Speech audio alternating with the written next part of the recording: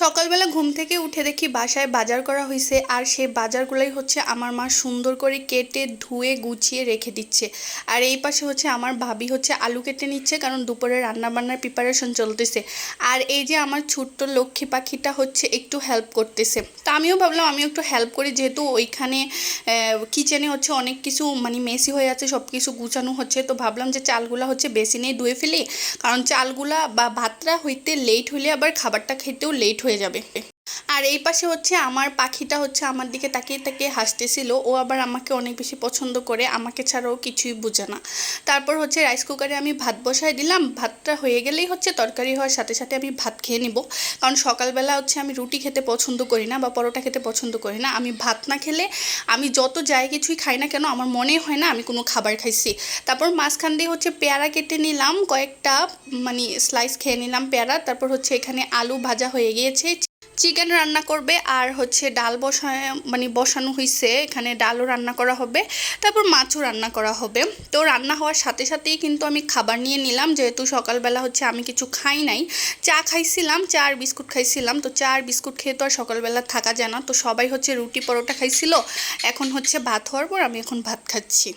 তারপর হচ্ছে বিকালবেলা হচ্ছে আমি টিউশনিতে চলে যাচ্ছি, টিউশনি করাই। তো হচ্ছে বিকালবেলা হচ্ছে আমার বাসা থেকে বের হতে ইচ্ছা করে না। আমি দুই একটা টিউশনি রেখেছি, যদিও এগুলো পড়াইতে আমার ভালো লাগে না, আমার সারাদিন বাসায় থাকতে ভালো লাগে। তারপরেও ভাবলাম যেহেতু নিয়েই ফেলেছি টিউশনিটা করাই আসি। তারপর হচ্ছে যাচ্ছি, যেতে যেতে দেখলাম আকাশে অনেকগুলো পাখি উড়ে যাচ্ছে, এবং একদল পাখি উড়ে গেলে আকাশটা দেখতে অনেক বেশি সুন্দর লাগে, তাই আপনাদের সাথে শেয়ার করে দিলাম। তো আমি হচ্ছে স্টুডেন্টের বাসায় যাচ্ছি, এটা হচ্ছে স্টুডেন্টের বাসা।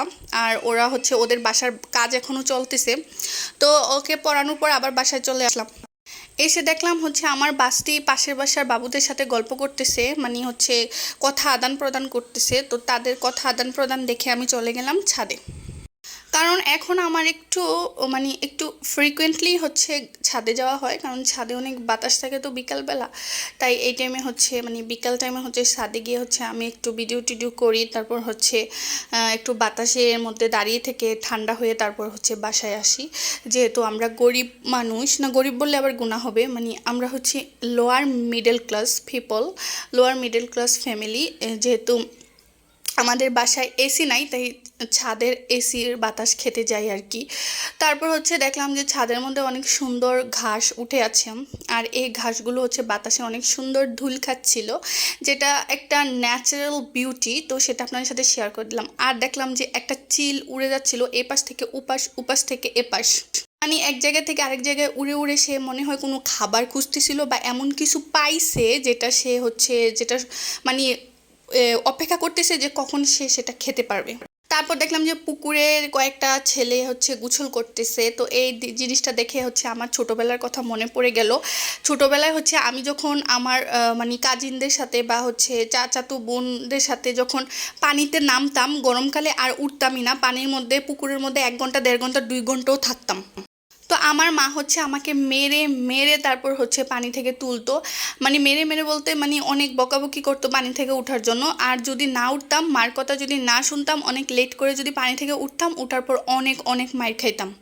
আর এখন পুকুরে নামলেই আমার ভয় লাগে, মনে হয় যে পুকুরে কিছু একটা আছে, আমাকে টেনে ভিতরে নিয়ে যাবে, এইরকম লাগে আমার। পুকুরে নামতেই আমার কেমন জানি একটা ভয় লাগে, মনে হয় যে আর কাউকেই ধরবে না, নিচে হয়তো কোনো সাপ অথবা কুমির বা এমন কোনো প্রাণী বসে আছে যে আমি পাটা পুকুরের মাটিতে রাখলেই আমাকে টেনে নিয়ে যাবে। তো এইরকম অদ্ভুত ফিলিংস আপনাদের কাদের কাদের হয় অবশ্যই কিন্তু কমেন্ট করে জানাবেন।